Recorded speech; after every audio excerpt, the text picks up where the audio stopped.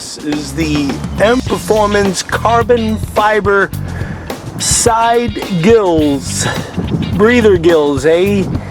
They are non-functional. Do they have any point? Yeah, they look good, man. They do. And they're kind of well made, and they're really expensive. Man, a set of these will drop you a couple of $100.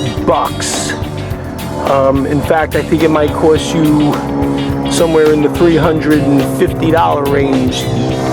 And it's just for cosmetics, man. They don't have any function. They're well made. They say M2, and that's about it.